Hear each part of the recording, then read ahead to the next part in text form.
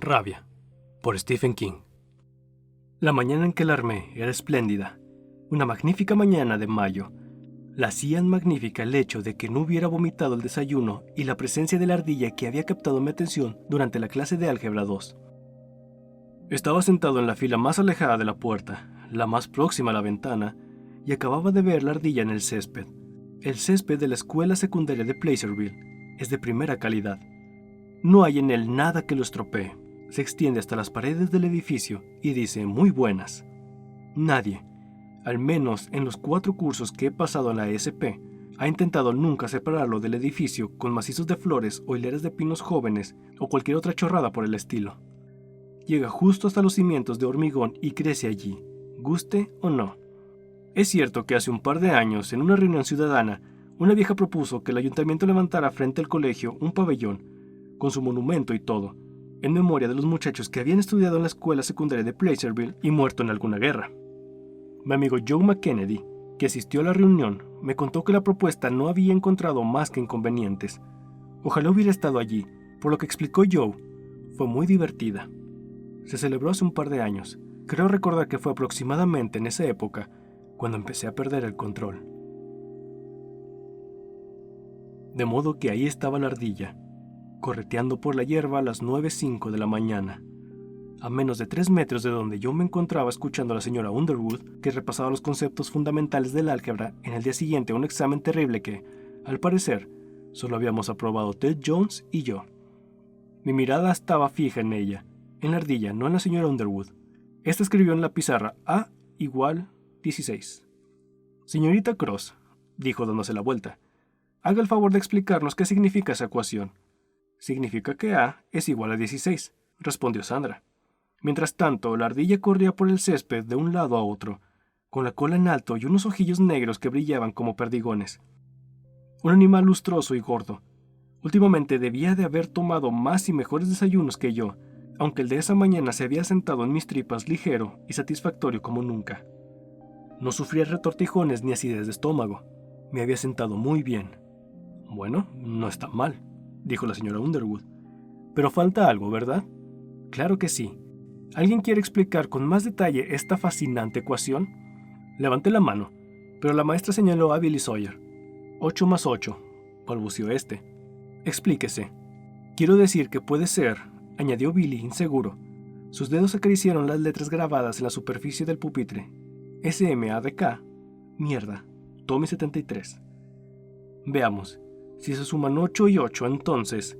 ¿Quiere que le deje mi libro?, inquirió la señora Underwood con una sonrisa vivaracha. El desayuno empezó a revolverse en mi estómago, de modo que me fijé de nuevo en la ardilla durante un rato más. La sonrisa de la maestra me recordó las fauces del escualo que aparecía en Tiburón. Carol Granger levantó la mano. La señora Underwood asintió con la cabeza. ¿No se refiere a que 8 más 8 cumple también la exigencia de exactitud de la ecuación? No sé a qué se refiere su compañero, replicó la señora Underwood. Todos prorrumpieron en carcajadas. ¿Podría encontrarse alguna otra manera en que se cumpliera también la exigencia de exactitud? Carol inició la respuesta, y en ese preciso instante se oyó un aviso por el intercomunicador. Charles Decker, al despacho, por favor. Charles Decker, gracias. Dirigí la mirada hacia la señora Underwood, quien hizo un gesto de asentimiento. Empezaba a notar el estómago, encogido y viejo. Me puse en pie y salí de la clase. Cuando lo hice, la ardilla todavía estaba retozando. Me hallaba ya a mitad del pasillo cuando me pareció que la señora Underwood venía hacia mí con las manos en alto, como 2 garras retorcidas, y su gran sonrisa de tiburón. Aquí no queremos muchachos como tú. Los chicos como tú deben estar en Greenmantle, o en el reformatorio, o en el sanatorio para enfermos mentales peligrosos. De modo que vete, fuera, fuera. Di media vuelta, llevándome la mano al bolsillo trasero en busca de la llave inglesa que ya no guardaba allí. El desayuno se había convertido en una bola dura y ardiente en mi estómago. Pero no tuve miedo, ni siquiera al ver que no estaba allí. He leído demasiados libros. Me detuve en el baño para orinar y comer unas galletas saladas. Siempre llevo unas pocas en una bolsita. Cuando tienes el estómago mal, a veces unas galletas obran maravillas. 100,000 mujeres embarazadas no pueden estar equivocadas.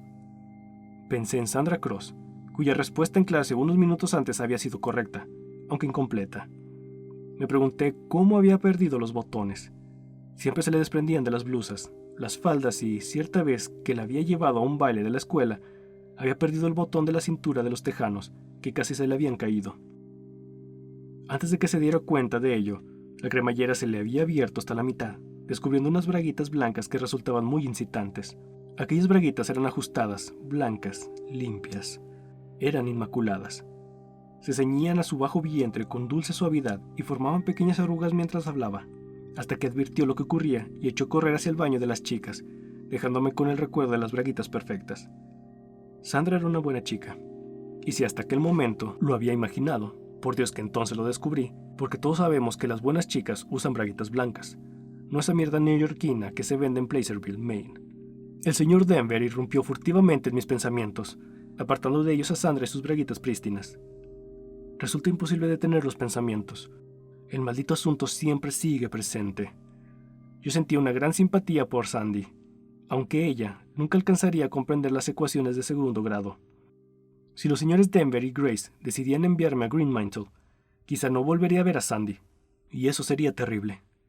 Me levanté del inodoro, me sacudí las migajas de las galletas, echándolas dentro de la taza, y tiré de la cadena. Los retretes de las escuelas secundarias son siempre iguales.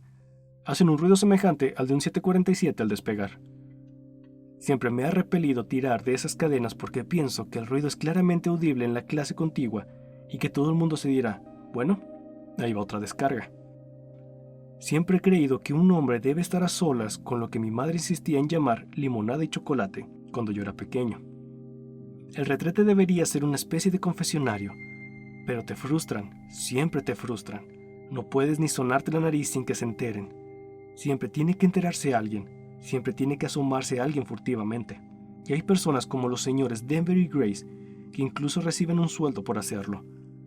La puerta del baño se cerró con un quejido a mi espalda y me encontré en el vestíbulo. Me detuve y miré alrededor. Solo se oía el zumbido adormecedor que indicaba que volvía a ser miércoles. Miércoles por la mañana, las 9:10. Todo el mundo atrapado un día más en la espléndida telaraña pegajosa de Mamá Educación. Volví al baño y saqué el rotulador. Me disponía a escribir en la pared algo ocurrente como Santa Claus lleva braguitas blancas, cuando vi mi rostro en el espejo.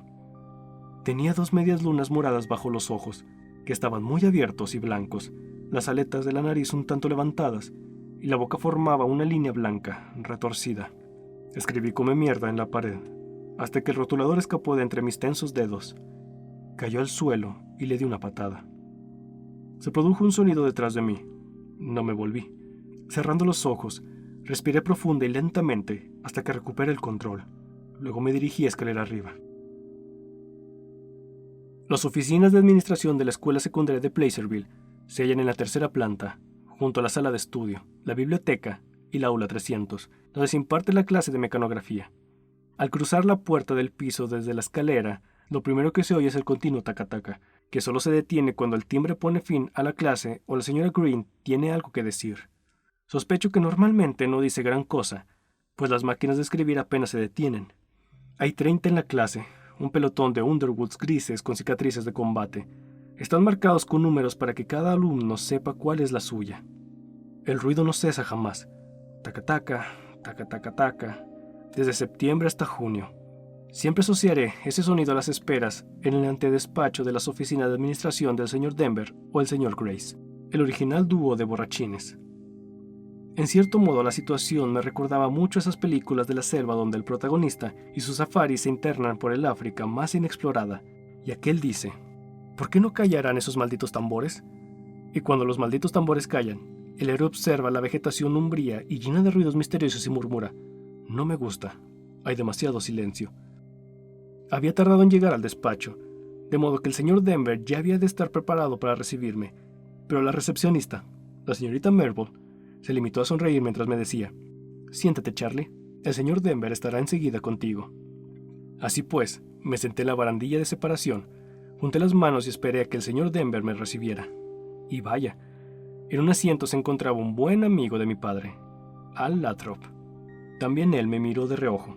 Tenía un maletín sobre las piernas y un montón de libros de texto de muestra al lado. Jamás le había visto con traje hasta entonces. Mi padre y él eran grandes cazadores.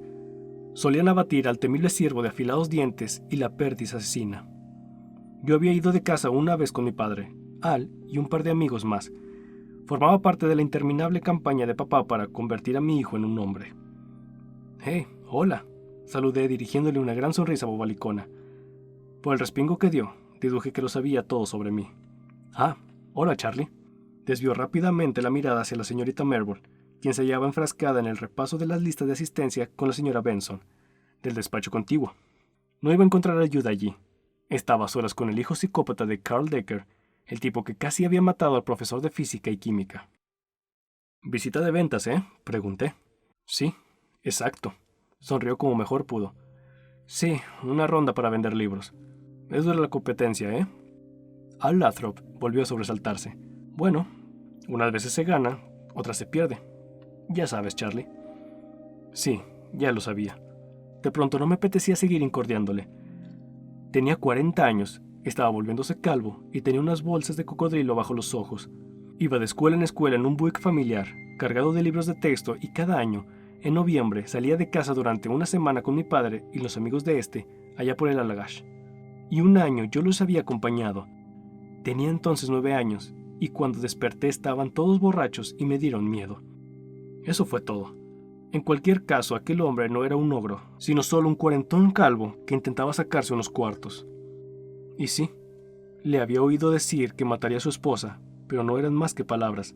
Después de todo, era yo quien tenía las manos manchadas de sangre. Sin embargo, no me gustó el modo en que fijó la mirada en mí, y por un instante, solo por un instante, le habría agarrado del cuello, habría acercado su rostro al mío y le habría espetado. «Tú, mi padre, y todos vuestros amigos, todos vosotros, tendríais que ir allí conmigo. Todos deberíais ir a Green Mantle conmigo, porque todos estáis metidos en esto. Todos lo estáis. Todos formáis parte de esto». En cambio, seguí sentado y le vi sudar, recordando los viejos tiempos. Desperté sobresaltado de una pesadilla que no había tenido en mucho tiempo. Un sueño en que me encontraba en un oscuro callejón sin salida, y algo me perseguía. Un monstruo sombrío y jorobado que rechinaba y se arrastraba. Un monstruo que se volvería loco si lo veía. Un mal sueño. No lo había tenido desde que era pequeño, y ahora ya era un muchacho crecido. 9 años. Al principio no reconocí el lugar donde me hallaba. Lo único seguro era que no se trataba de mi dormitorio. Era más pequeño y tenía un olor diferente. Tenía frío y ganas de orinar. Un áspero estallido de carcajadas me hizo dar un salto en la cama, aunque no se trataba de una cama, sino de un saco de dormir. De modo que es una especie de jodida vieja, decía Al Lathrop, al otro lado de la lona que hacía de pared. Precisamente, joder, es la palabra más apropiada. De acampada. Estaba de acampada con mi padre y sus amigos, y no había querido ir. Sí, pero ¿cómo te la levantas, Al? Es lo que quiero saber. Ese era Scotty Norwis, otro amigo de papá. Su voz era pastosa, y empecé a tener miedo otra vez. Estaban bebidos. Sencillamente apagó la luz, y me imagino que estoy con la mujer de Carl Decker, respondió Al, y hubo otro estallido de risas que me hizo encogerme y dar un brinco en el saco de dormir. Oh, necesitaba orinar, mear, hacer limonada, como quiera que prefierais llamarlo, pero no quería salir mientras estuvieran bebiendo y hablando. Me volví hacia la pared y descubrí que podía verlos. Estaban entre la tienda y la fogata, y sus sombras, altas y extrañas, se proyectaban en la lona. Era como una sesión de linterna mágica. Observé la sombra de la botella que pasaba de una mano a otra. ¿Sabes qué haría si te pillara con mi mujer?, inquirió mi padre a Al. Preguntarme si necesitaba ayuda, probablemente, respondió Al, y de nuevo oí más carcajadas. Las alargadas sombras de las cabezas se movieron arriba y abajo, adelante y atrás, como una nube de insectos. No parecían en absoluto seres humanos, sino más bien un grupo de mantis religiosas, y tuve miedo. No, en serio, insistió mi padre. ¿En serio? ¿Sabes qué haría si sorprendiera a alguien con mi mujer? ¿Qué, Carl? Este era Randy Earl. ¿Veis esto?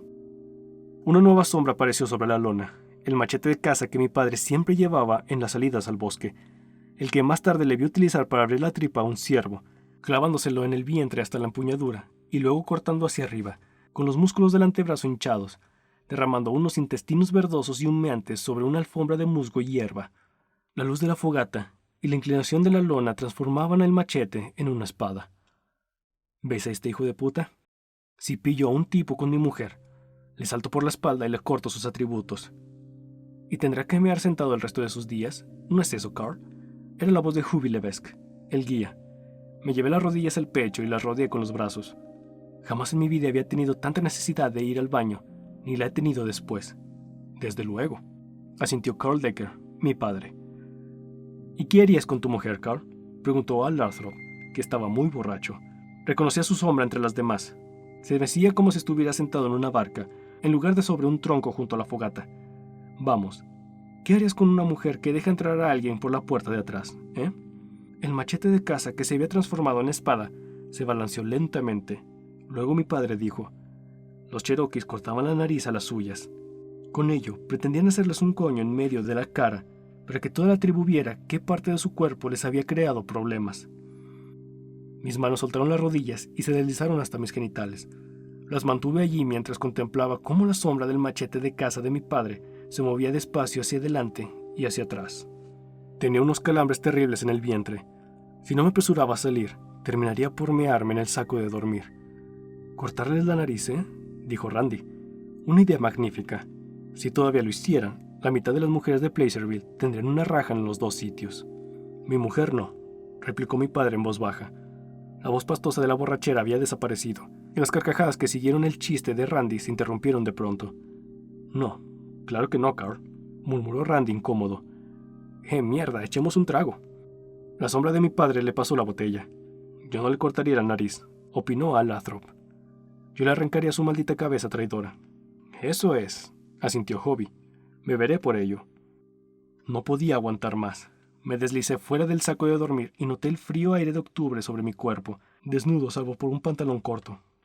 Me pareció que la cola se me encogía, y lo único que daba vueltas y vueltas en mi mente. Supongo que estaba medio dormido y que toda la conversación me había parecido un sueño, una continuación quizá de la pesadilla del monstruo del callejón.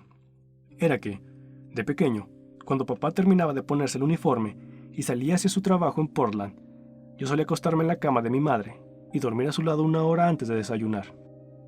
Oscuridad, miedo, fogatas, sombra como mantis religiosas. No quería salir a aquellos bosques situados a 100 kilómetros de la ciudad más próxima y ver a aquellos hombres borrachos. Quería a mi madre. Cuando salí por la abertura de la tienda, mi padre se volvió hacia mí, empuñando aún el machete de caza.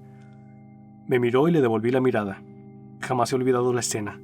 Mi padre con una mata de barba pelirroja, una gorra de caza ladeada en la cabeza y el machete en la mano.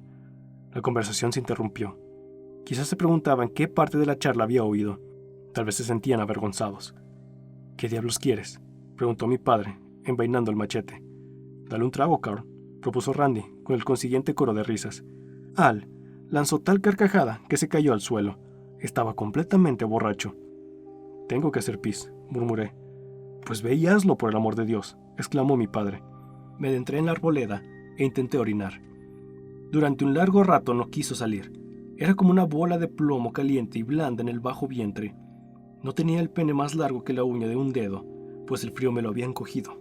Por fin brotó un gran chorro humeante y cuando hube terminado, volví a la tienda y me metí en el saco de dormir. Nadie del grupo me miró. Estaban hablando de la guerra. Todos habían estado en la guerra. Mi padre cazó el ciervo 3 días después, el último de acampada. Yo estaba con él. Le dio de lleno en el bulto del músculo entre el cuello y el lomo, y el animal cayó desmadejado. Nos acercamos al cuerpo. Mi padre sonreía de felicidad. Había desenvainado el machete. Adiviné qué sucedería a continuación y supe que iba a vomitar. No pude evitar ninguna de las dos cosas.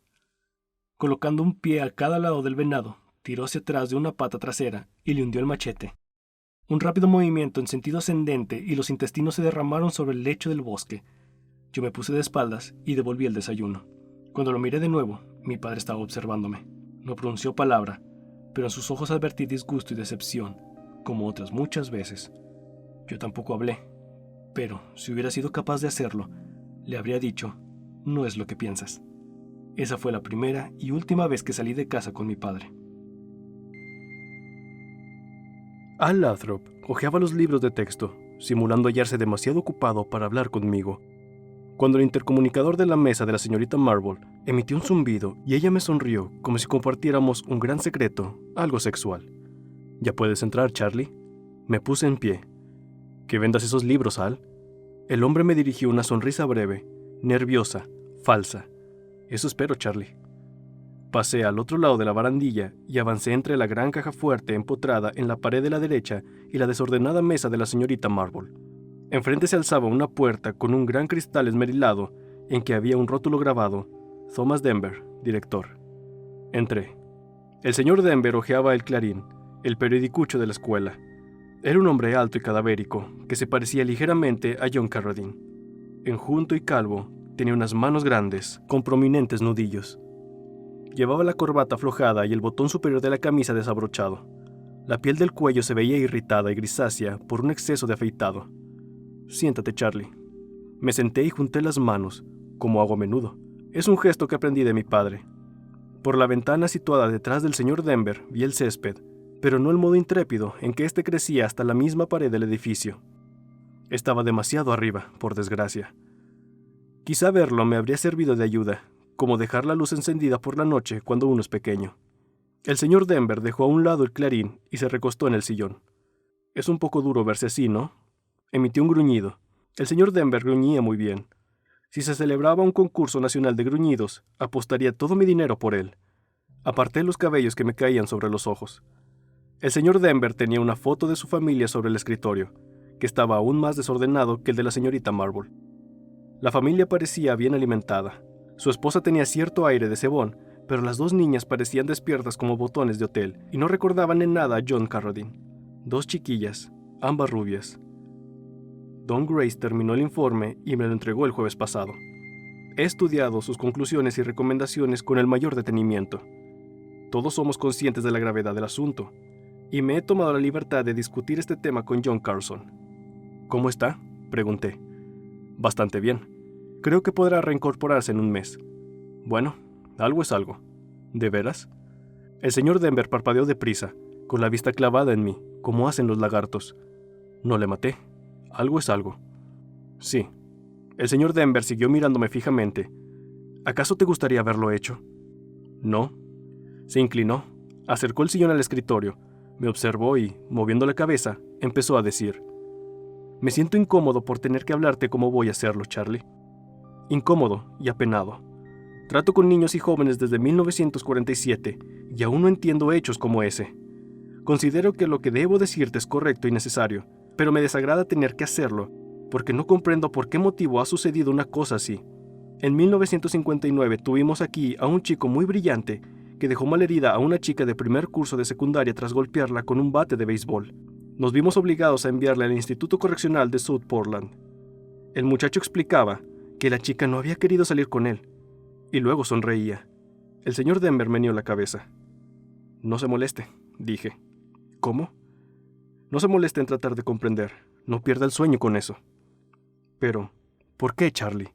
¿Por qué lo hiciste? Dios mío. Estuvo 4 horas en el quirófano.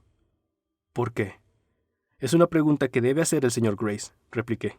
Él es el psiquiatra de la escuela. Usted solo lo pregunta porque es un buen principio para su sermón. No quiero escuchar más sermones. Estoy harto de sus sermones de mierda. Se acabó. El tipo podía seguir vivo o morir. Vive. Bien, pues me alegro. Usted haga lo que deba hacer, lo que haya decidido con el señor Grace, pero no trate de entenderme. Entenderte forma parte de mi trabajo, Charlie. Pero ayudarle a hacer su trabajo no forma parte del mío, repuse.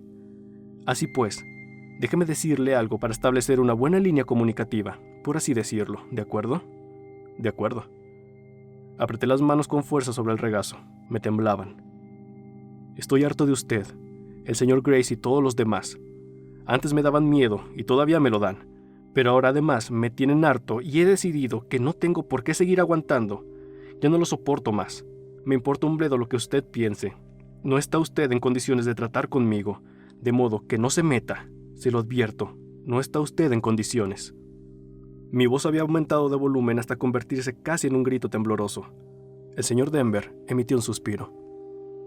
Quizá lo creas así, Charlie, pero las leyes del estado dicen otra cosa.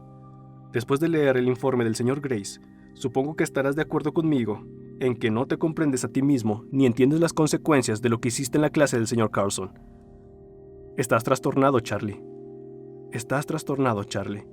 Los Cherokees le cortaban la nariz para que toda la tribu viera qué parte de su cuerpo les había creado problemas. Las palabras sonaron de nuevo en mi mente, apagadas, como si surgieran de una gran profundidad. Eran como tiburones, como mandíbulas llenas de dientes que acudían a devorarme. Palabras con dientes y ojos. Fue allí, y entonces, cuando empezó a ocurrirme. Lo supe porque era exactamente lo mismo que me había sucedido justo antes del asunto del señor Carlson. Las manos dejaron de temblarme, las palpitaciones de mi estómago remitieron, y noté todo mi cuerpo frío y tranquilo. Me sentí distanciado, no solo del señor Denver y su cuello afeitado en exceso, sino también de mí mismo. Estaba casi flotando. El señor Denver había reanudado su perorata. Hablaba sobre la necesidad de recibir asesoramiento adecuado y ayuda psiquiátrica, pero le interrumpí. Mire, viejo, váyase la mierda. Dejó en el escritorio el papel que había estado repasando para evitar mirarme a la cara. Algún documento de mi expediente, sin duda. El todopoderoso expediente. El gran expediente norteamericano. ¿Cómo?, exclamó. A la mierda. No juzguéis y no seráis juzgados. ¿Algún caso de locura en su familia, señor Denver? Solo pretendo hablar de esto contigo, Charlie, afirmó con voz tensa. No tengo intención de dejarme arrastrar a prácticas sexuales inmorales. Terminé la frase por él. Usted y yo a solas, ¿de acuerdo? El primero en correrse se lleva el premio a la mejor fraternidad de estudiantes. Tóquesela, hombre. Llame también al señor Grace. Eso será aún mejor. Haremos una cama redonda. ¿Qué? ¿No me ha entendido? Alguna vez tenía que salir todo, ¿no es cierto? Se lo debe a sí mismo, ¿verdad? Todo el mundo necesita desahogarse alguna vez y tener a alguien sobre quien correrse. Usted ha asumido el papel de juez de lo que es bueno para mí. Demonios, posesión diabólica. Oh, señor, señor. ¿Por qué golpea a esa chica con el bate? El diablo me obligó a hacerlo, y ahora lo lamento tanto. ¿Por qué no lo reconoce? Le complace disponer de mí. Soy lo mejor que le ha sucedido desde 1959. Me miraba boquiabierto. Le tenía bien cogido. Lo sabía, y me sentía muy orgulloso por ello. Por un lado, él quería seguirme la corriente, mostrarse de acuerdo conmigo. Después de todo, era así como uno debía portarse con los perturbados mentales.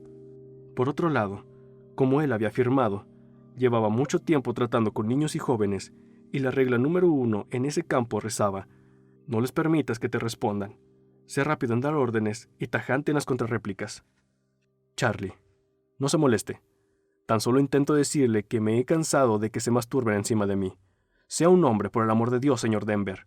Y si no puede serlo, por lo menos abróchese los pantalones y sea un director cabal. ¡Cállate!, exclamó. Su rostro había adquirido un color rojo encendido. Tienes mucha suerte de vivir en un estado progresista y ser alumno de una escuela progresista, muchacho. ¿Sabes dónde estarías de lo contrario? Presentando tus documentos en un reformatorio, cumpliendo una condena por agresión criminal. Y no estoy seguro de que no sea ahí donde deberías estar. Tú. Gracias, interrumpí. Los coléricos ojos azules del señor Denver clavaron la mirada en los míos. Gracias por tratarme como a un ser humano, aunque haya tenido que enfurecerle para conseguirlo. Ahora sí hemos avanzado. Crucé las piernas con aire indiferente. ¿Quiere que hablemos de las expediciones en busca de braguitas que tanto escándalo causaron en la gran universidad donde usted estudiaba cómo tratar con niños y jóvenes? Tienes una lengua repugnante, repuso él con palabras pausadas y meditadas, como tu cerebro. Jódete, exclamé y eché a reír, burlándome de él. El señor Denver enrojeció aún más y se puso en pie. Tendió la mano por encima del escritorio muy lentamente, como si necesitara un engrasado, y me cogió del cuello de la camisa. Trátame con respeto, masculló. Realmente había perdido la sangre fría y ni siquiera se molestaba ya en utilizar su auténtico gruñido de primer categoría. Pequeño miserable corrompido, muéstrame algún respeto. Le mostraría el culo para que le diera un beso, repliqué. Vamos, cuénteme cómo eran esas expediciones de caza de braguitas. Se sentirá mejor. Arrojadnos las braguitas, arrojadnos las braguitas. Me soltó y mantuvo la mano apartada del cuerpo, como si un perro rabioso acabara de agarrarse a ella. Sal de aquí, exclamó con voz ronca. Recoge los libros, entrégalos en la oficina y vete. Tu expulsión y tu traslado a la Academia Green Mantle se harán efectivos el lunes. Lo comunicaré a tus padres por teléfono. Ahora vete. No quiero verte ni un segundo más. Poniéndome en pie, me desabroché los 2 botones inferiores de la camisa, saqué un faldón por encima del pantalón y me bajé la cremallera de la bragueta. Antes de que el director pudiera reaccionar, abrí la puerta y salí dando trompicones al antedespacho. La señorita Marble y Al Lathrop, que conversaban junto al escritorio de la secretaria, levantaron la vista y dieron un respingo al verme. Evidentemente habían estado practicando el gran juego de salón norteamericano de «en realidad no les hemos oído, ¿verdad?» «Será mejor que se ocupen de él», dije entre jadeos.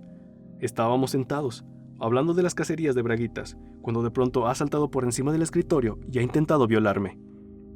Había conseguido sacarle de sus casillas, lo que no era poco, teniendo en cuenta que llevaba 29 años tratando con niños y jóvenes y que, probablemente, solo le quedaban 10 para recibir la llave de oro del cagadero del piso inferior.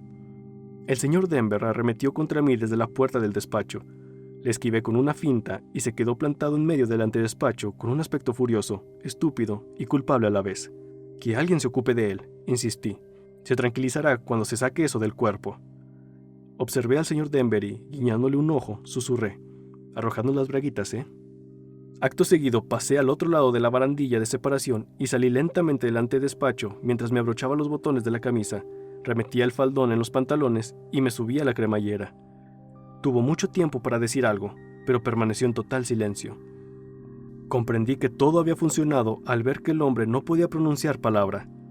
Se le daba muy bien anunciar el menú del día por el sistema de megafonía, pero aquello era muy distinto, deliciosamente distinto.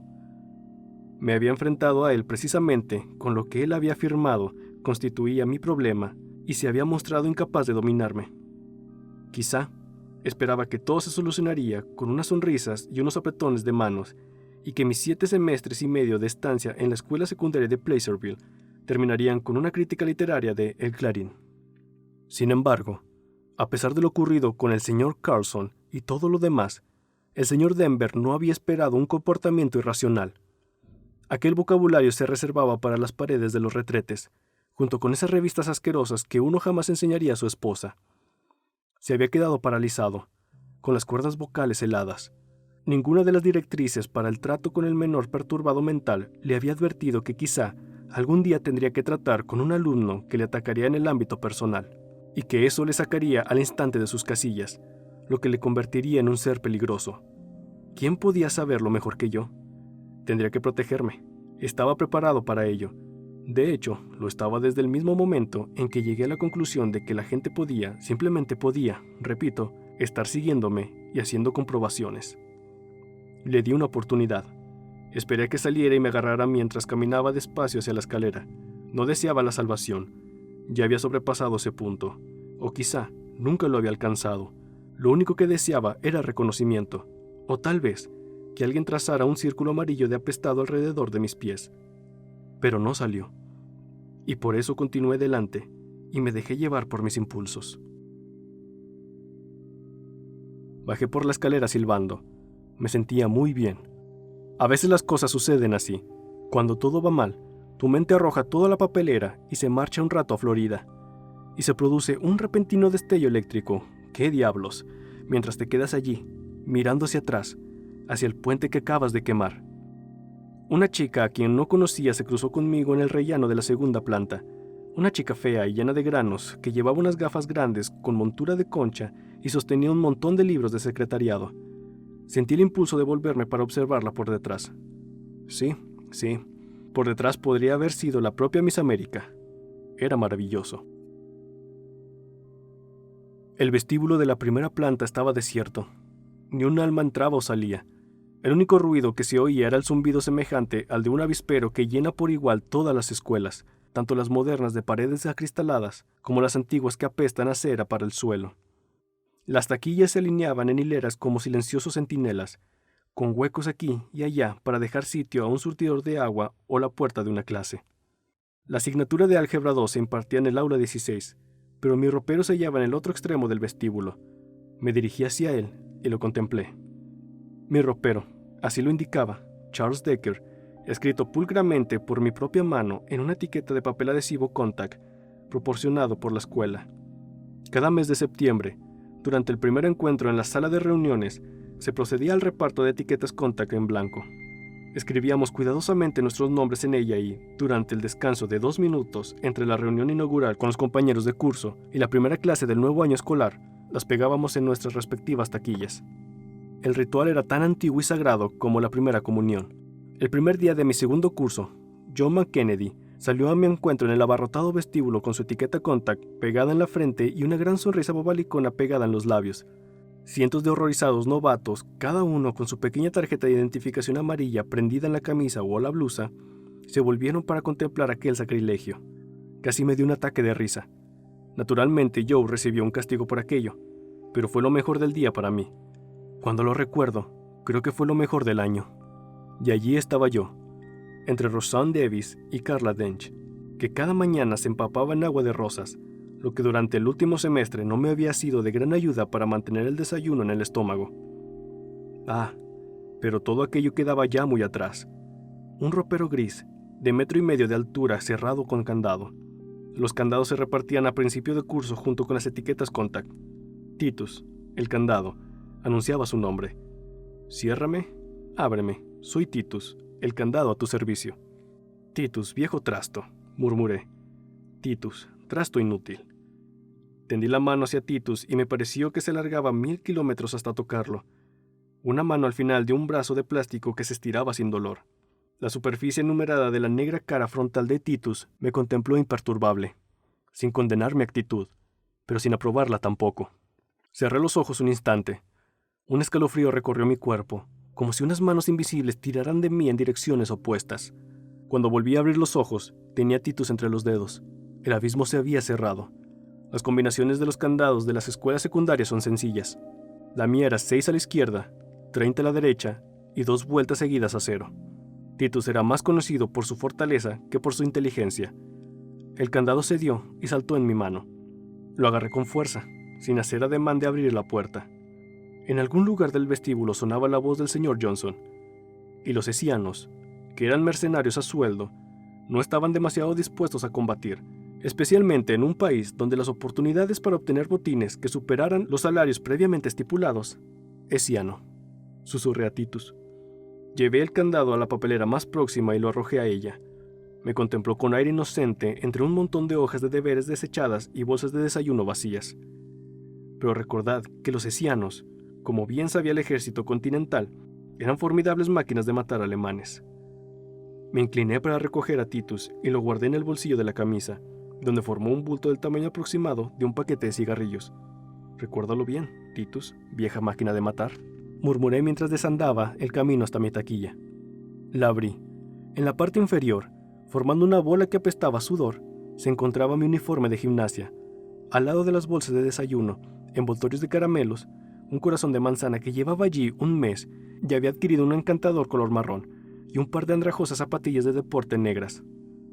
Mi cazadora de nylon roja colgaba de una percha, y en la estantería superior estaban mis libros de texto, todos excepto el de Álgebra 2, Educación Cívica, Gobierno Norteamericano, Cuentos y Fábulas Franceses y Salud, aquel encantador manual para alumnos de cursos avanzados, un libro rojo, moderno, con un chico y una chica de escuela secundaria en la portada y la sección sobre enfermedades venéreas perfectamente suprimida a tijeratazos por decisión unánime del consejo escolar. Determiné empezar por este último libro, confiando en que se lo hubiera vendido a la escuela ni más ni menos que el viejo R. Lathrop. Lo saqué del ropero. Lo abrí al azar entre los componentes básicos de la nutrición y reglas para el disfrute y la seguridad de la natación, y lo partí en 2. No resultó difícil. Ninguno me costó gran esfuerzo, salvo Educación Cívica, un contundente texto de Silver Bordet, editado en torno de 1946. Arrojé todos los pedazos al fondo del ropero.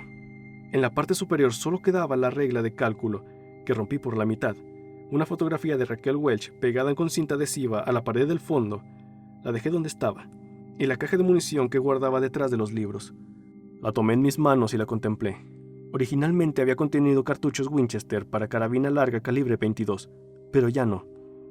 La había llenado de balas que había cogido del cajón del escritorio de mi padre. En una pared de su despacho había colgado una cabeza de ciervo que me observó con sus ojos vidriosos, demasiado llenos de vida, mientras yo sacaba la munición y la pistola, pero no dejé que su mirada me inquietara. No era el animal que mi padre había abatido durante la cacería a que me había llevado cuando tenía 9 años. Había encontrado la pistola en otro cajón del escritorio, detrás de una caja de sobres comerciales. Dudo de que se acordara de que todavía tenía el arma allí, y de hecho ya no la tenía. Desde luego que no, estaba en el bolsillo de mi chaqueta. La saqué y me la coloqué en la cintura. no me sentía en absoluto como un hessiano, sino más bien como un Wild Bill Hickok. Guardé las balas en el bolsillo de los pantalones y extraje el encendedor. No fumo, pero aquel objeto en cierto modo había despertado mi fantasía. Lo encendí, me agaché y prendí fuego a toda la basura que había acumulado en el fondo del ropero. Las llamas saltaron con avidez de las ropas de gimnasia a las bolsas de desayuno, los envoltorios de caramelos y los restos de mis libros, llevando hasta mí un atlético aroma a sudor. Después, considerando que ya había llegado demasiado lejos, cerré la puerta de la taquilla. Justo encima de la etiqueta Contact con mi nombre, había unos pequeños respiraderos, a través de los cuales me llegó el crepitar de las llamas. Momentos después, unas pequeñas puntas anaranjadas brillaban en la oscuridad tras los respiraderos, y la pintura gris del ropero empezó a cuartearse y saltar. En ese instante salió de la clase del señor Johnson un chico con un pase verde para el baño. Contempló el humo que surgía alegremente de los respiraderos, me miró y echó a correr hacia el lavabo. No creo que viera la pistola, no corría tanto. Me encaminé hacia el aula 16, me detuve antes de entrar, con la mano en el picaporte, y miré hacia atrás. El humo salía ya en abundancia y una mancha oscura, de puro hollín, se extendía por la puerta de mi ropero. La etiqueta Contact se había vuelto marrón, y ya no podía distinguirse las letras que habían formado mi nombre. Dudo de que en ese instante hubiera en mi cabeza algo más que el habitual sonido de electricidad estática de fondo, ese que se oye en la radio cuando se aumenta el volumen al máximo sin haber sintonizado ninguna emisora. Mi cerebro, por así decirlo, se había conectado a la red. El tipejo con el sombrero de Napoleón que llevaba dentro tenía los ases en la mano y había decidido apostar. Volví la vista de nuevo hacia el aula 16 y abrí la puerta. Esperaba algo, pero no sabía qué. Así se entiende que cuando aumentamos el número de variables, los axiomas en sí no sufren cambios. Por ejemplo, la señora Underwood alzó la mirada, alarmada, al tiempo que se ajustaba las gafas en la nariz. ¿Tiene usted un pase de administración, señor Decker? Sí, respondí, y saqué la pistola de la cintura. Ni siquiera sabía con certeza si estaba cargada hasta que sonó el disparo. Le di en la cabeza. La señora Underwood no llegó a enterarse de qué le había sucedido, estoy seguro. Cayó de lado sobre el escritorio y luego rodó hasta el suelo, y aquella expresión expectante jamás se borró de su rostro. Cordura. Uno puede pasarse la vida diciéndose que la vida es lógica, prosaica y cuerda. Sobre todo, cuerda. Y creo que así es. He tenido mucho tiempo para pensar en ello, y siempre vuelve a mi memoria la declaración de la señora Underwood antes de morir. Así, se entiende que cuando aumentamos el número de variables, los axiomas en sí no sufren cambios. Estoy realmente convencido de ello. Pienso, luego existo. Tengo vello en la cara, luego me afeito. Mi esposa y mi hijo se encuentran en estado crítico tras un accidente de coche, luego rezo. Todo es lógico, todo es cuerdo. Vivimos en el mejor de los mundos posibles, de modo que ponme un cigarrillo en la izquierda, una cerveza en la derecha, sintoniza Starsky y Hutch y escucha esa nota suave y armoniosa que es el universo dando vueltas tranquilamente en su giroscopio celestial. Lógica y cordura, como la Coca-Cola, la vida es así. Sin embargo, como también saben la Warner Brothers, John D. McDonald y la Long Island Dragway, existe un Mr. Hyde para cada feliz rostro de Dr. Jekyll, una cara oscura al otro lado del espejo. El cerebro tras esa cara nunca ha oído hablar de hojas de afeitar, plegarias o la lógica del universo. Vuelves de lado ese espejo y ves tu rostro reflejado con una siniestra mueca, medio loca, medio cuerda. Los astrónomos denominan a la línea entre la luz y la oscuridad el terminador. El otro lado del espejo demuestra que el universo tiene la lógica de un chiquillo vestido de vaquero en la noche de Halloween, con las tripas y la bolsa de caramelos esparcidas a lo largo de 1 kilómetro de la Interestatal 95. Es la lógica del napalm, la paranoia, las bombas en la maleta de esos árabes felices, el carcinoma fortuito. Esta lógica se devora a sí misma e indica que la vida es un mono sobre un palo, que gira histérica y errática como esa moneda que se lanza al aire para decidir quién paga el almuerzo. Nadie mira a ese otro lado a menos que sea preciso, y lo entiendo perfectamente. Uno lo mira si un borracho sube a su coche en plena autopista, pone el vehículo a 160 y empieza a balbucear que su mujer le ha abandonado. Uno lo mira si un tipo decide cruzar Indiana disparando contra los chicos que van en bicicleta. Uno lo mira si su hermana dice, bajo un momento a la tienda y vuelvo, y la mata una bala perdida en un asalto. Uno lo mira cuando oye hablar a su padre de cortar la nariz a mamá. Es una ruleta. y quien afirme que el juego está manipulado no hace más que lamentarse. No importa cuántos números haya, el principio de esa bolita blanca no sufre cambios. No digáis que es absurdo, es todo muy lógico y cuerdo. Y esa naturaleza extraña no solo se halla en el exterior, sino también dentro de uno, en este mismo instante, creciendo en la oscuridad como un puñado de setas mágicas. Llámala la cosa del sótano, o el zorro de las melodías animadas. Yo lo concibo como mi dinosaurio privado, enorme, vicioso y lerdo, que recorre a trompicones los hediondos pantanos de mi subconsciente sin encontrar nunca un hoyo de brea lo bastante grande para caber en él. Pero ese soy yo, y había empezado a hablaros de esos brillantes alumnos de la escuela que, metafóricamente hablando, bajaron a la tienda para comprar leche y terminaron en medio de un robo a mano armada. Soy un caso documentado, carnaza de rutina para las rotativas de los periódicos. Me han concedido 50 segundos en el noticiario de más audiencia y una columna y media en el Time. Y aquí me encuentro, ante vosotros, metafóricamente hablando otra vez, y os aseguro que estoy totalmente cuerdo. Es cierto que me falta algún tornillo allá arriba, pero todo lo demás funciona perfectamente. Muchas gracias. Así pues, ellos, ¿qué tendéis por ellos? Hemos de estudiar ese punto, ¿no os parece? ¿Tiene usted un pase de administración, señor Decker?, me preguntó ella. Sí, respondí, y saqué la pistola del cinto. Ni siquiera sabía con certeza si estaba cargada hasta que sonó el disparo. Le di en la cabeza. La señora Underwood no llegó a enterarse de qué le había sucedido, estoy seguro. Cayó de lado sobre el escritorio y luego rodó hasta el suelo, y aquella expresión expectante jamás se borró de su rostro. Yo soy el cuerdo, soy el croupier, el tipo que lanza la bola en dirección contraria al giro de la rueda, y el individuo que apuesta su dinero a pares o nones, y la chica que se juega los cuartos a negro o rojo. ¿Qué hay de ellos? No existe medida de tiempo que exprese la esencia de nuestra vida, que mida el tiempo entre la explosión del plomo en el orificio del cañón y el impacto en la carne, entre el impacto y la oscuridad. Solo hay una inútil repetición instantánea que no demuestra nada nuevo. Disparé, ella cayó, y se produjo un silencio indescriptible, un lapso infinito, y todos retrocedieron un paso, contemplando cómo la bola daba vueltas y vueltas, saltando o vacilando, relampagueando un instante y siguiendo su marcha, cara o cruz, rojo o negro, pares o nones. Creo que ese momento terminó, de veras lo creo. No obstante, a veces, en la oscuridad, pienso que ese espantoso momento fortuito y casual todavía dura, que la rueda aún gira y que todo lo demás ha sido un sueño. ¿Cómo debe ser la caída desde lo alto de un precipicio para el suicida? Creo que debe de experimentar una sensación de cordura. Probablemente por eso gritan hasta el instante de estrellarse contra el fondo. Si en aquel preciso instante alguien hubiera exclamado algo melodramático, algo así como «¡Oh, Dios mío! ¡Va a matarnos a todos!», la escena habría terminado inmediatamente.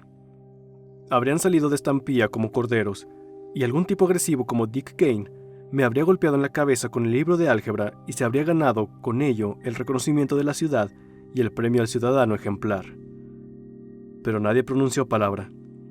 Todos continuaron sentados en absoluto y aturdido silencio, observándome atentamente, como si acabara de anunciarles que me proponía explicar cómo conseguir pases para la última sesión del viernes en el cine al aire libre de Placerville. Cerré la puerta del aula, crucé la clase y me senté tras el gran escritorio. Las piernas me flaqueaban. Estaba a punto de sentarme o caer al suelo. Tuve que apartar de un empujón los pies de la señora Underwood para hacer sitio a los míos en el hueco bajo la mesa. Dejé la pistola sobre su cuaderno verde, cerré el libro de álgebra y lo coloqué sobre los demás, que formaban una pila ordenada en un ángulo del escritorio. Fue entonces cuando Irma Bates rompió el silencio con un grito agudo, un graznido semejante al de un pavo joven cuando se le retuerce el pescuezo la víspera del Día de Acción de Gracias. Pero era demasiado tarde. Todos habían aprovechado aquel inacabable instante para meditar sobre la vida y la muerte. Nadie se unió a su grito, e Irma enmudeció, como si se avergonzara de chillar en medio de la clase, por grande que fuera la provocación. Alguien carraspeó. Alguien, al fondo del aula, dijo con un tono levemente crítico, y John Posilgadano se deslizó lentamente de su asiento y se desplomó, desvanecido, con un ruido sordo. Levantaron la mirada hacia mí desde la profundidad de su sorpresa. A esto se le llama darle fuerte a uno, comenté afablemente. Se oyeron unas pisadas procedentes del fondo del vestíbulo, y alguien preguntó si había explotado algo en el laboratorio de química, mientras otro respondía que no lo sabía, Se disparó la estridente alarma de incendios. La mitad de los chicos de la clase empezó a ponerse en pie automáticamente. No es nada, afirmé. Solo es mi ropero. Le he prendido fuego, nada más. Sentaos. Quienes se habían levantado ocuparon de nuevo sus asientos obedientemente. Busqué a Sandra Cross. Se hallaba en la tercera fila, cuarto pupitre, y no parecía asustada. Parecía lo que era, una buena chica profundamente excitante. Fuera, en el césped, comenzaban a alinearse hileras de alumnos. Los veía por la ventana. En cambio, la ardilla había desaparecido. Las ardillas no sirven para el papel de espectador inocente. Se abrió la puerta, y así el arma. El señor Vance asomó la cabeza. «Alarma de incendio», exclamó. Todos, «¿Dónde está la señora Underwood?» «Largo», dije. Él me miró. Era un tipo gordo con el cabello cortado al rape, como si alguien se lo hubiera podado cuidadosamente con una segadora de setos. «¿Cómo? ¿Qué ha dicho?» «Largo». Disparé contra él y fallé. La bala hizo saltar el borde superior de la puerta, esparciendo astillas. «Dios mío», musitó alguien en la primera fila. El señor Vance no sabía qué sucedía. Creo que ninguno de ellos lo sabía. La escena me recordaba un artículo que había leído sobre el último gran terremoto de California. Refería el caso de una mujer que iba de habitación en habitación mientras toda la casa caía en pedazos alrededor, gritando a su marido que hiciera el favor de desconectar el ventilador. El señor Vance decidió empezar de nuevo. «Hay un incendio en el edificio. Tenga la bondad de...» «Charlie tiene una pistola, señor Vance», explicó Mike Gavin con el mismo tono que había empleado para hablar del tiempo. «Creo que será mejor». La segunda bala le alcanzó en la garganta. Su carne se esparció como si fuera líquida, como el agua cuando se arroja una piedra. Retrocedió hacia el vestíbulo llevándose la mano al cuello y se desplomó. Irma Bates volvió a chillar, pero tampoco nadie la secundó esta vez. Si hubiera sido Carol Granger, se habrían unido a ella muchísimos alumnos, pero ¿quién quería organizar un concierto con la pobre Irma Bates? Ni siquiera tenía novio. Además, todos estaban demasiado ocupados observando al señor Vance, cuya mano se movía cada vez más lentamente sobre la garganta. Ted Jones ocupaba el asiento más próximo a la puerta. «Cierra y echa el cerrojo». «¿Qué crees que estás haciendo?», preguntó Ted, mirándome entre asustado y desdeñoso. «Todavía no conozco todos los detalles», respondí. «De todos modos, cierra la puerta y echa el cerrojo, ¿de acuerdo?». Al fondo del vestíbulo, una voz exclamaba: «Es un ropero, es un... Peter Vance ha sufrido un infarto. Traed agua, traed». Ted Jones se levantó, cerró la puerta y pasó el cerrojo.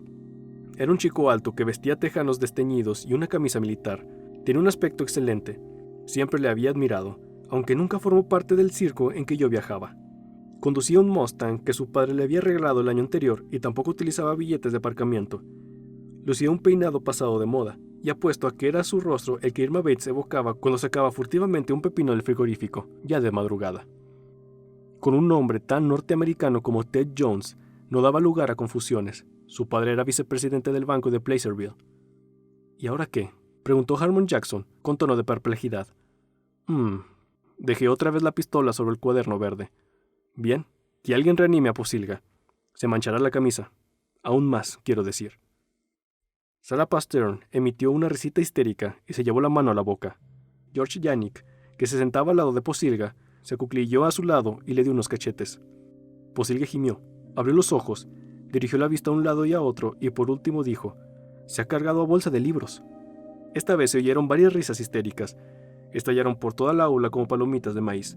La señora Underwood llevaba a todas sus clases 2 maletines de plástico con un diseño de cuadros escoceses. También se le conocía por sus 2 pistolas. Posilga se instaló en su asiento, tembloroso. Volvió a desplazar la mirada en todas direcciones y echó a llorar. Alguien llamó a la puerta y, tras intentar abrirla, exclamó: los de ahí adentro». Parecía la voz del señor Johnson, el que un rato antes hablaba de los hessianos. Cogí la pistola y disparé a través del cristal reforzado con una tela de alambre. La bala realizó un limpio agujero por encima de la cabeza del señor Johnson, quien desapareció de la vista como un submarino que se sumerge en zafarrancho de combate. La clase, con la posible excepción de Ted, contempló la escena con visible interés, como si se tratara de una buena película. «Ahí dentro hay alguien con una pistola», vociferó el señor Johnson. Se oyó un leve traqueteo mientras el hombre se alejaba gateando. La alarma de incendios continuaba zumbando ásperamente. «¿Y ahora qué?», preguntó de nuevo Harmon Jackson. Era un chico menudo que habitualmente tenía una gran sonrisa torcida en su rostro. Ahora, en cambio, parecía desvalido, perdido en el mar. No encontré respuesta a su pregunta, de modo que no le hice caso. Fuera, los chicos se apuñaban inquietos en el césped, haciendo comentarios y señalando el aula 16 mientras la noticia pasaba de boca en boca. Poco después, algunos maestros, los varones, los condujeron hacia el gimnasio, al otro extremo del edificio. En la ciudad empezó a aullar la sirena de incendios del edificio municipal, alzándose y apagándose en ciclos histéricos. «Es como el fin del mundo», murmuró Sandra Cross. Tampoco encontré respuesta para ese comentario. Permanecieron en silencio durante, quizás, 5 minutos, hasta que los coches de bomberos llegaran a la escuela. Me miraron, y yo les miré. Tal vez todavía hubieran podido largarse, y hay gente que todavía me pregunta ¿por qué no lo hicieron? ¿Por qué no echaron a correr, Charlie?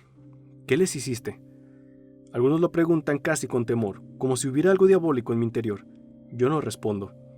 No contesto ninguna pregunta sobre lo que sucedió esa mañana en el aula 16. Pero si tuviera que decir algo al respecto, afirmaría que han olvidado qué es ser joven, vivir en estrecha intimidad con la violencia, las habituales peleas a puñetazos en el gimnasio, las reñas en las discotecas de Lewiston, las crudas imágenes en la televisión, los asesinatos en las películas. En el cine, al aire libre local, la mayoría de nosotros hemos visto a un niño vomitar puré de guisante sobre un sacerdote. Comparado con eso, la pobre bolsa de libros no era nada del otro mundo. No trato de justificar nada, ¿entendido? Actualmente no estoy de humor para emprender ninguna clase de cruzada. Solo pretendo plantear que los jóvenes norteamericanos viven rodeados de violencia, tanto real como imaginaria. Además, ese día me convertí en el centro de interés. Hey, Charlie Decker se ha vuelto loco esta mañana. ¿Te has enterado? No. ¿De veras? Sí. Yo estaba allí. Era como ver Bonnie and Clyde en el cine, salvo que Charlie se ha vuelto májara y no había palomitas de maíz. Sé que los chicos pensaban que no les ocurriría nada. Sin embargo, me pregunto, ¿deseaban acaso que me cargara alguien más? A la sirena de los bomberos se había unido un segundo sonido estridente que se acercaba con mayor rapidez. No era la policía. Se trataba de esa melodía histérica, parecida a los cantos tiroleses, que es la última moda en sirenas de ambulancias. Siempre he pensado que algún día los vehículos de servicios de emergencia se volverán un poco más inteligentes y dejarán de asustar a aquellos quienes acuden a salvar. Cuando se produzca un incendio, un accidente o un desastre natural, como yo, todos esos vehículos se dirigirán a la escena del suceso acompañados del sonido amplificado de los Darktown Stutters, interpretando Banjo-Rag. Llegará ese día, oh sí. Dada la situación en la escuela, el servicio contra incendios de la ciudad decidió continuar adelante. El jefe de bomberos fue el primero en llegar. Enfiló a toda velocidad la gran avenida semicircular de entrada al colegio con un Ford Pinto azul con cubierta transparente blindada. Lo seguía un grupo de bomberos que enarbolaban garfios y escaleras como si de estandartes de guerra se tratara. Más atrás avanzaban las bombas de agua. ¿Les dejarás entrar?, preguntó Jack Goldman. El incendio es allá afuera, respondí, no aquí. ¿Cerraste la puerta de tu taquilla?, preguntó Sylvia Ragan, una rubia maciza con dientes ligeramente cariados y grandes pechos cubiertos con una chaqueta de lana. Sí. Entonces ya se habrá apagado. Mike Gavin observó a los bomberos que corrían de un lado a otro y soltó una risita. 2 de esos tipos acaban de chocar, comentó. Qué gracioso. Los 2 bomberos caídos en el suelo se incorporaron. El grupo se preparaba para entrar en el lugar del incendio, cuando salieron a su encuentro 2 figuras en traje de calle. Uno era el señor Johnson, el submarino humano, y el otro el señor Grace. Ambos empezaron a hablar atropelladamente con el jefe de bomberos, gesticulando. Unas largas mangueras con bocas relucientes estaban siendo desenrolladas de las bombas y arrastradas hacia la entrada principal de la escuela. El jefe de bomberos se volvió hacia quienes realizaban la tarea y exclamó, «¡Deteneos!». Los hombres se detuvieron en mitad del césped, indecisos, con las bocas de las mangueras en las manos, como falos metálicos. El jefe de bomberos continuó conferenciando con los señores Johnson y Grace. El primero señaló el aula 16. Thomas Denver, el director del cuello excesivamente afeitado, se acercó a ellos corriendo y se incorporó a la conversación. Empezaba a parecer una reunión táctica en el montículo del pitcher en la mitad de la 9ª entrada. «Quiero irme a casa», masculló de pronto Irma Bates. «Olvídalo», repliqué. El jefe de bomberos se dirigió de nuevo a sus hombres, gesticulando. El señor Grace cabeció irritado y le puso una mano en el hombro. El jefe se volvió hacia Denver para decirle algo. Este asintió y corrió hacia la entrada principal. Moviendo la cabeza no muy convencido, el jefe de bomberos se encaminó hacia su coche, rebuscó en el asiento trasero y sacó un espléndido altavoz de pilas. Apuesto a que en el parque de bomberos debía de haber verdaderas discusiones para decidir quién se encargaba del aparato. Pero ese día, evidentemente, el jefe imponía todo su rango. El hombre apuntó el altavoz hacia la masa de alumnos. Apártense del edificio, repito, apártense del edificio. Diríjanse al arcén de la avenida, diríjanse al arcén de la avenida. Dentro de poco llegarán autobuses para trasladarles a sus casas. La escuela queda cerrada fue interrumpido por un breve y entusiasmado hurra. Durante el resto del día. Ahora, por favor, apártense del edificio. Un grupo de profesores, esta vez tanto mujeres como hombres, empezaron a conducir a los alumnos hacia el lugar señalado. Los chicos y las chicas volvían la cabeza, intercambiando comentarios. Busqué a Joe McKennedy entre la multitud, pero no alcancé a verle. ¿Podemos hacer los deberes?, inquirió Melvin Thomas con voz temblorosa. Todos prorrumpieron en carcajadas, sorprendidos de la pregunta. Adelante, respondí. Tras meditar unos segundos añadí, si queréis fumar podéis hacerlo. Un par de chicos se llevó la mano al bolsillo.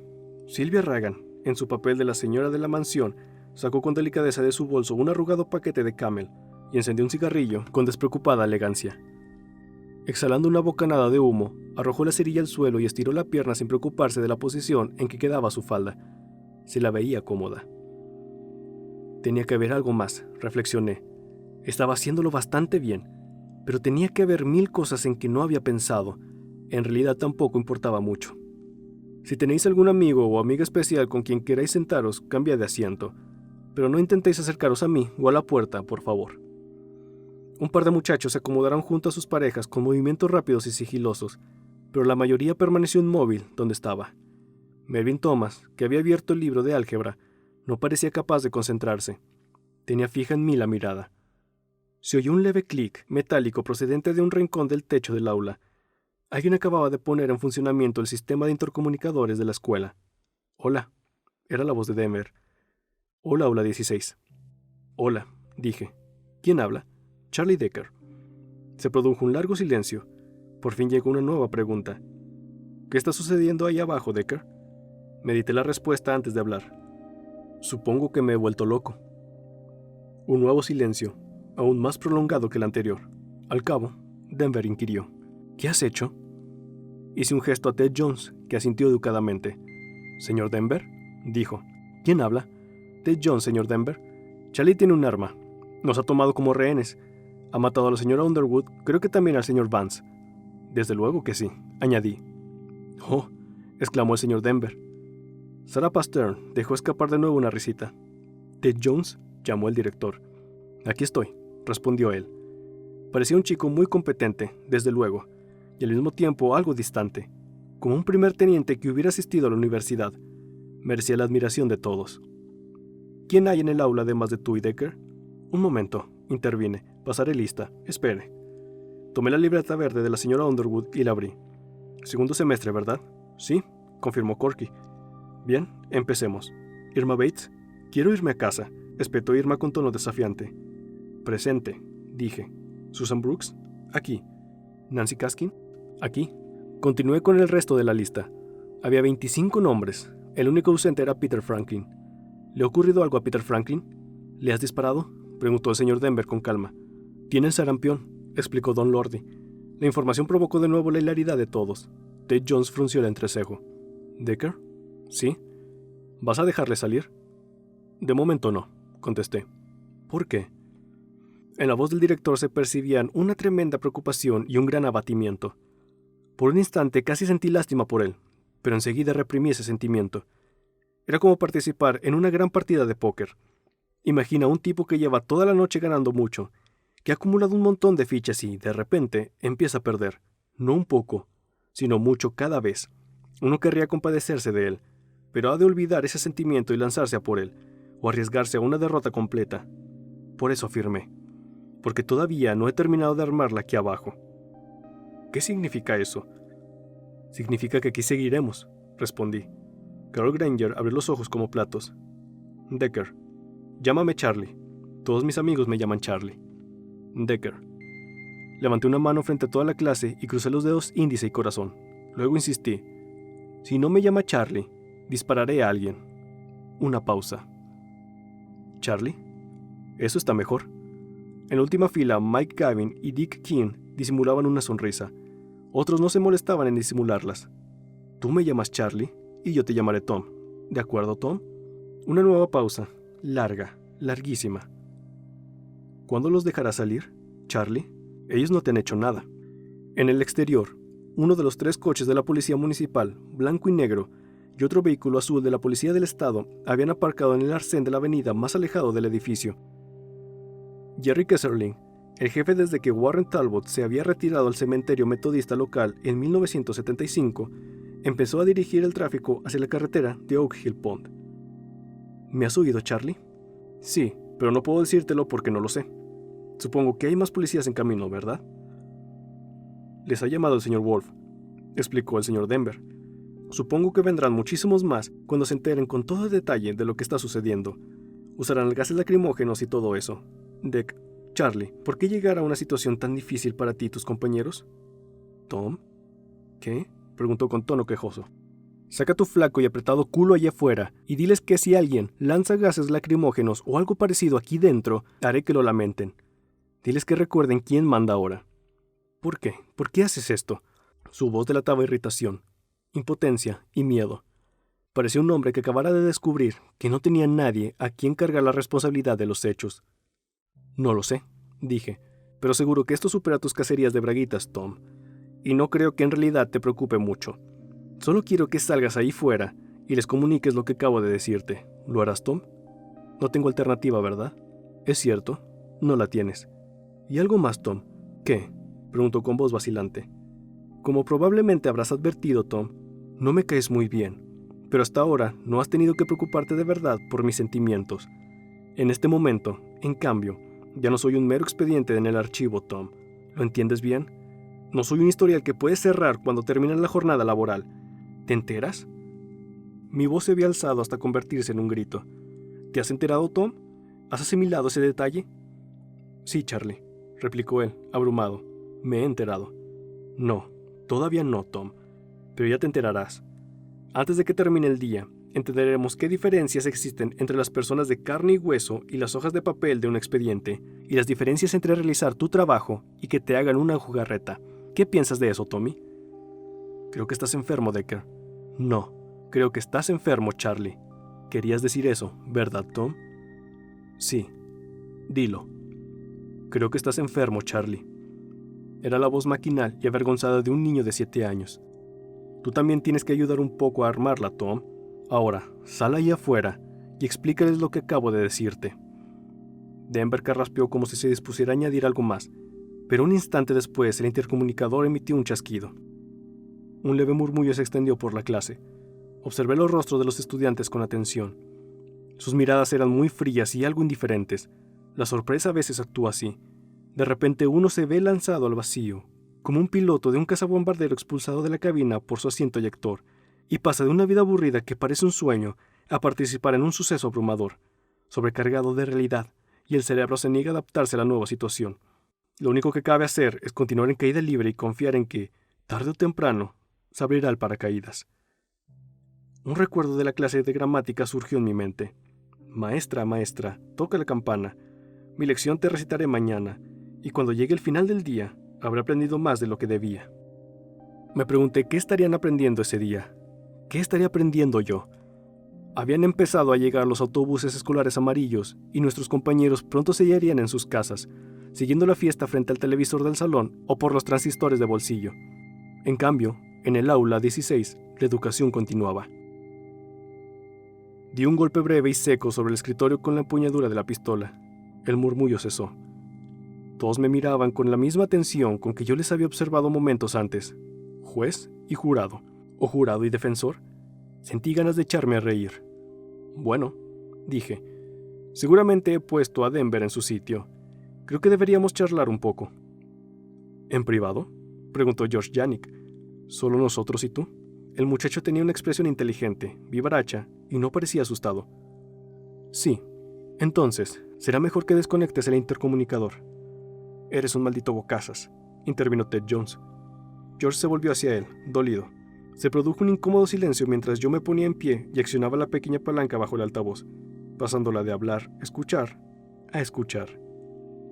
Tomé asiento de nuevo tras el escritorio, e hice un gesto de asentimiento al tiempo que miraba a Ted.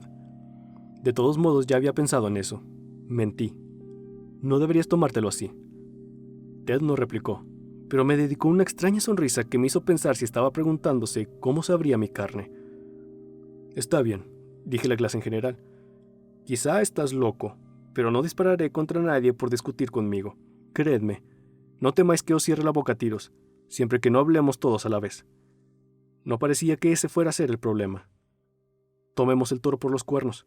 ¿Hay alguien que piense en serio que en cualquier momento me levantaré y le mataré? Unos pocos se mostraron un tanto intranquilos, pero nadie respondió. Está bien, porque no pienso hacerlo. Sencillamente nos quedaremos aquí sentados y les daremos un buen susto. Sí, claro. Seguro que la señora Underwood solo se ha llevado un buen susto, repuso Ted. En sus labios aún se dibujaba aquella extraña sonrisa. He tenido que hacerlo. Sé que es difícil de entender, pero he tenido que hacerlo. Las cosas han salido así, igual que con el señor Vance.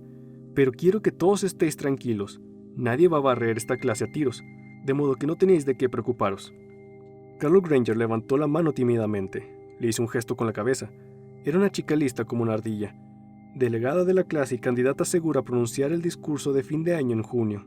Nuestras responsabilidades para con la raza negra. O quizá, esperanzas para el futuro. Ya se había inscrito en una de esas grandes universidades femeninas donde la gente siempre se pregunta cuántas vírgenes albergan sus aulas. Sin embargo, no por eso me caía mal. ¿Cuándo podremos marcharnos, Charlie? Suspiré y me encogí de hombros. Tendremos que esperar a ver qué sucede. Pero mi madre estará muy asustada. ¿Por qué? Intervino Sylvia Ragan. Ya sabe dónde estás, ¿no? Todos prorrumpieron en carcajadas, salvo Ted Jones, que no se reía. Yo debía vigilar a aquel muchacho, que seguía luciendo aquella sonrisa fiera. Era evidente que deseaba terminar de una vez con todo aquello. ¿Pero por qué? ¿Por una medalla al mérito de la prevención de la locura? No parecía suficiente. ¿Para recibir la adulación de la comunidad en general? No parecía ese su estilo. El estilo de Ted era no destacar nunca demasiado. Era el único tipo que yo supiera que se había retirado del equipo de fútbol después de 3 tardes de gloria en el campo durante su segundo año en la escuela. El redactor de deportes del periodicucho local le había descrito como el mejor delantero que había salido de la escuela secundaria de Placerville. Sin embargo, Ted se había retirado de pronto, sin dar la menor explicación. Resultaba muy sorprendente y más aún el hecho de que su popularidad no hubiera descendido un ápice. Al contrario, se había convertido en el chico ideal. Joe McKennedy, que había sufrido durante 4 años e incluso se había roto la nariz jugando extremo izquierdo, me había comentado que las únicas palabras de Ted cuando el abatido entrenador le pidió explicaciones por su abandono fueron que el fútbol le parecía un juego bastante estúpido y que estaba seguro de que encontraría un modo mejor de pasar el rato. Comprenderéis ahora por qué le respetaba. Pero maldita sea si sé por qué me odiaba de aquella manera tan personal. Quizá lo habría descubierto si hubiera reflexionado más profundamente sobre la cuestión, pero las cosas se sucedían con gran rapidez. ¿Te has vuelto loco?, preguntó de pronto Harmon Jackson. Creo que sí, respondí. Según me han enseñado, todo el que mata a otro está loco. Bueno, quizá deberías entregarte, sugirió Harmon, y acudir a alguien que pudiera ayudarte. Ya sabes, un médico. ¿Te refieres a uno como Grace?, intervino Sylvia. Dios mío, ese cerdo es repugnante. Tuve que entrevistarme con él cuando arrojé aquel tintero a la vieja señora Green, y lo único que hizo fue mirarme de arriba abajo y preguntarme sobre mi vida sexual. No es que la hayas tenido, replicó Pat Fitzgerald. Todos rieron una vez más. Pero no es asunto tuyo ni de él, repuso Sylvia desdeñosamente, al tiempo que arrojaba el cigarrillo al suelo y lo pisaba. Entonces, ¿qué vamos a hacer? Armar una buena, contesté, nada más. Fuera, en el césped, acababa de aparecer un segundo coche de la policía municipal. Supuse que el tercero se habría detenido en la cafetería para proveerse del vital cargamento de café y pastas. Denver hablaba con un agente estatal vestido con pantalones azules y cubierto con uno de esos sombreros casi tejanos que llevaban habitualmente. A cierta distancia, en la avenida, Jerry Kesserling franqueaba la entrada a unos pocos coches a través de la barrera que impedía el paso. Esos automóviles acudían a recoger a los alumnos que no habían tomado los autobuses. Cuando lo hubieron hecho, se alejaron apresuradamente. El señor Grace conversaba con un hombre trajeado que no reconocí. Los bomberos fumaban unos pitillos, esperando que alguien les ordenara apagar el incendio o volver al parque. ¿Tiene esto algo que ver con lo que hiciste a Carlson?, preguntó Corky. ¿Cómo voy a saber con qué tiene que ver?, repliqué, irritado. Si supiera qué me ha impulsado a esto, probablemente no lo habría hecho. Es por tus padres, intervino de pronto Susan Brooks. Debe de haber sido por tus padres. Ted Jones soltó un ruido grosero. Me volví hacia Susan, sorprendido. Susan Brooks era una de esas chicas que nunca hablan a menos que les pregunten. Esas a quienes los profesores siempre tienen que pedir que hablen más alto, por favor. Una muchacha muy estudiosa, seria y bastante bonita, aunque no demasiado inteligente. De esas a quienes no les permiten abandonar los estudios normales por una carrera de secretariado porque alguno de sus hermanos o hermanas mayores fue un estudiante brillante y los profesores esperan lo mismo de ella. En fin, una de esas chicas que sostienen el extremo sucio del palo con toda la gracia y los buenos modales de que son capaces. Generalmente se casan con un camionero y se trasladan a la costa oeste, donde regentan restaurantes con mostradores de fórmica y escriben a los viejos amigos del este con la menor frecuencia posible. Se organizan una vida tranquila y feliz y se vuelven más bonitas cuando más lejos va quedando la sombra de esos hermanos mayores tan brillantes. Mis padres, dije, paladeando las palabras. Me pasó por la cabeza contarles que había salido de casa con mi padre cuando tenía 9 años. Mi expedición de casa, por Charles Decker. Subtítulo: o cómo oí a mi padre explicar el asunto de las narices de las Cherokees. Demasiado repugnante. Eché un vistazo a Ted Jones y el aroma penetrante a tierra me llenó la nariz. Su rostro exhibía una expresión furiosa y un tanto burlona, como si alguien le hubiera metido un limón entero en la boca y luego le hubiera juntado las mandíbulas por la fuerza, como si alguien hubiera soltado una carga de profundidad en su cerebro y hubiese provocado en algún viejo barco hundido una prolongada y siniestra vibración psíquica. Eso afirman todos los libros de psicología, continuaba diciendo Susan, despreocupada y ajena a mis pensamientos. De hecho, de pronto, se dio cuenta de que estaba hablando en voz alta. De pronto, se dio cuenta de que estaba hablando con un tono de voz normal y en clase, y enmudeció al instante. Llevaba una blusa de color jade pálido, y los tirantes del sujetador se transparentaban como rayas de tiza medio borradas. Mis padres, repetí, y volví a interrumpirme. Recordé de nuevo la expedición de casa, pero esta vez me acordé de algo más. Había despertado y visto moverse las ramas sobre la tensa pared de lona de la tienda de campaña. ¿Estaba tensa esa lona? Seguro que sí, pues mi padre se había encargado de montarla, y todo cuanto él hacía era tenso. Jamás una cuerda sin tensar, jamás un tornillo sin apretar. Sí, había visto moverse las ramas y sentido la urgente necesidad de orinar. Me sentí de nuevo como un niño pequeño, y recordé otra cosa que había sucedido hacía mucho tiempo. No había hablado de ello con el señor Grace. Ahora estaba metido en un buen lío. Además, estaba Ted. A Ted no le importaba para nada todo aquello, o tal vez sí le importaba. Quizá Ted todavía podía ser ayudado. Sospeché que era demasiado tarde para mí, pero ¿no dicen que aprender es bueno? Claro. En el exterior no sucedía gran cosa. Acababa de llegar el último coche de la policía municipal y, tal como esperaba, procedían al reparto de cafés y pastas. Era momento de contar una historia. Mis padres. Empecé. Mis padres se conocieron en un banquete de bodas y, aunque quizá no tenga relación con nada, salvo que uno crea en los presagios, la mujer que ese día se casaba murió quemada apenas un año después. Se llamaba Jessie Decker Hannaford y había compartido habitación con mi madre en la Universidad de Maine, donde ambas estudiaban ciencias políticas. Al parecer, los hechos sucedieron del siguiente modo. El marido de Jessie había salido para asistir a una reunión en la ciudad y ella, que se hallaba en el baño tomando una ducha, resbaló, recibió un golpe en la cabeza y quedó sin sentido.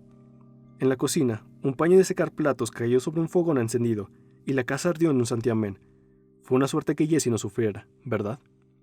De modo que lo único bueno de aquella boda fue el encuentro de mi madre con el hermano de Jessie Decker Hannaford. Él era alférez de navío. Después del banquete, preguntó a mi madre si le gustaría ir a bailar, y ella aceptó. Salieron juntos durante 6 meses antes de casarse. Yo nací 14 meses después y he echado las cuentas muchas veces. Según mis cálculos, fui concebido poco antes o poco después de que la hermana de mi padre ardiera viva con su gorrito de ducha. Había sido la dama de honor de mi madre. He repasado todas las fotos de la boda y, por muchas veces que lo haya hecho, siempre me producen una sensación extraña. Ahí está Jessie llevando la cola del traje nupcial. Jessie y su marido, Brian Hannaford, sonriendo en segundo plano mientras papá y mamá cortan el pastel. Jessie bailando con el cura. Y todas las fotografías fueron tomadas 5 meses antes del incidente de la ducha y el paño de cocina sobre el fogón encendido. Ojalá pudiera colarme en esas fotos en color y acercarme a ella para decirle: no llegarás a ser mi tía, Jessie, a menos que no tomes una ducha en ausencia de tu marido. «Ten cuidado, tía Jessie». Pero es imposible retroceder en el tiempo. Por falta de herradura, se perdió el caballo, y eso es todo. El caso es que nací, y eso es todo. Fui hijo único, pues mi madre no quiso tener más. Es una mujer muy intelectual. Lee novelas inglesas de misterio, pero nunca de Agatha Christie. Prefiere las de Victor Canning y Hammond Ince, además de revistas como The Manchester Guardian, Monocle y The New York Review of Books. Mi padre, que continuó en la Marina y terminó en el servicio de reclutamiento, representa mejor el tipo auténticamente norteamericano. Le gustan los Detroit Tigers y los Detroit Red Wings, y se puso una cinta de luto en el brazo el día en que murió Vince Lombardi. No miento, y lee esas novelas de Richard Stark sobre Parker, el ladrón. Eso siempre divertía mucho a mi madre, hasta que un día no pudo más y le contó que Richard Stark era en realidad Donald Westlake, que escribe novelas de misterio muy curiosas con su nombre real. Mi padre hojeó una y no le gustó en absoluto. Desde entonces actuó como si Westlake Stark fuera su perro faldero favorito que una noche se había vuelto contra él y había intentado morderle en el cuello. Mi primer recuerdo de infancia es que desperté en plena noche y pensé que estaba muerto hasta que vi las sombras moverse en las paredes y el techo, pues había un gran olmo frente a mi ventana y el viento agitaba sus ramas. Aquella noche en concreto, la primera de que tengo recuerdo, debía haber luna llena. Luna de cazadores la llaman, ¿verdad? Porque las paredes estaban bañadas en luz y las sombras eran muy oscuras. Las sombras de las ramas asemejaban grandes dedos que se movían. Ahora, al evocar aquello, me parecen dedos de cadáveres, pero entonces no podía haber pensado algo así, ya que solo tenía 3 años. Un niño tan pequeño ni siquiera sabe qué es un cadáver. Algo se acercaba. La oí al otro extremo del pasillo. Algo terrible se acercaba. Venía por mí entre las sombras. Lo oía, crujiendo y crujiendo y crujiendo. No podía moverme. Quizá no quería moverme. No me acuerdo de eso. Seguí tendido, observando los 3 dedos que se movían en la pared y el techo, y a la espera de que la cosa que crujía llegara hasta mi habitación y abriera la puerta. Mucho tiempo después, quizá transcurrió 1 hora, quizá solo unos segundos, comprendí que, después de todo, la cosa que crujía no venía por mí, o al menos todavía no. Iba por papá y mamá, cuya habitación se hallaba al otro extremo del pasillo. La cosa que crujía se encontraba en el dormitorio de papá y mamá. Permanecí acostado, contemplando los dedos arbóreos, y aguzé el oído. Ahora todo parece confuso y lejano, como debe verse una ciudad desde la cima de una montaña cuando el aire está enrarecido, pero muy real al mismo tiempo. Recuerdo que el viento susurraba contra el cristal de la ventana de mi dormitorio, y recuerdo la cosa que crujía. Recuerdo que mucho después oí la voz de mi madre, jadeante e irritada, y un poco asustada. «Basta ya, Carl». De nuevo el crujido, furtivo. «Basta». Un murmullo de mi padre. «No me importa, me da igual si tú no. Estate quieto y déjame dormir». Entonces lo supe y volví a dormirme. La cosa que crujía era mi padre. Nadie dijo nada. Algunos no habían entendido el sentido de mis palabras, si acaso lo tenían. No estaba seguro de que así fuera. Todos seguían mirándome con expectación, como si esperaran una última frase que convirtiera la historia en un buen chiste. Otros se miraban las manos, evidentemente azorados. En cambio, Susan Brooks se mostraba radiante y satisfecha. Era magnífico verla. Me sentí como un agricultor que extiende excrementos y cosecha maíz. Nadie hablaba. El reloj zumbaba con vaga determinación. Bajé la vista hacia la señora Underwood, que tenía los ojos entreabiertos, helados, viscosos. No parecía más importante que una marmota que cierta vez había matado de un disparo con un arma de mi padre. Una mosca se limpiaba las patas sobre el antebrazo de la mujer. La escena me resultó un poco desagradable y espanté al insecto. En el exterior, habían llegado 4 coches policiales más. Otros vehículos estaban estacionados en la carretera, más allá de la barrera policial. Se había congregado una gran multitud. Volví a sentarme. Me restregué una mejilla con la mano y observé a Ted. Él levantó los puños hasta la altura de los hombros y, sonriendo, se apretó las manos para hacer crujir los dedos corazón de ambas. No dijo nada, pero movió los labios y en ellos leí: mierda. Nadie se enteró de lo que había sucedido, salvo él y yo. Ted parecía a punto de decir algo en voz alta, pero yo preferí mantener el asunto entre nosotros un rato más. Abrí la boca y comencé a hablar de nuevo.